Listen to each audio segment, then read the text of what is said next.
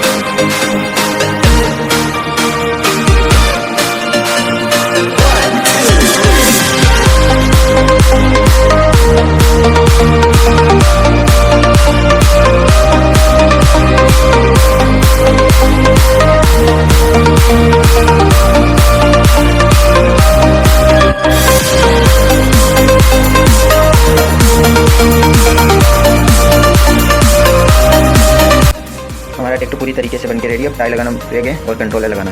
तो हमारे sound system पहले से बना हुआ था ये बॉक्स, तो ये मैंने बनाया था सौराज के लिए। तो सौराज पे वेट ज़्यादा हो रहा था इसलिए मैंने लगाया नहीं, तो इस पर लगा दिया। इसके लिए बनाना नहीं पड़ा, वो इस पर लगा दिया।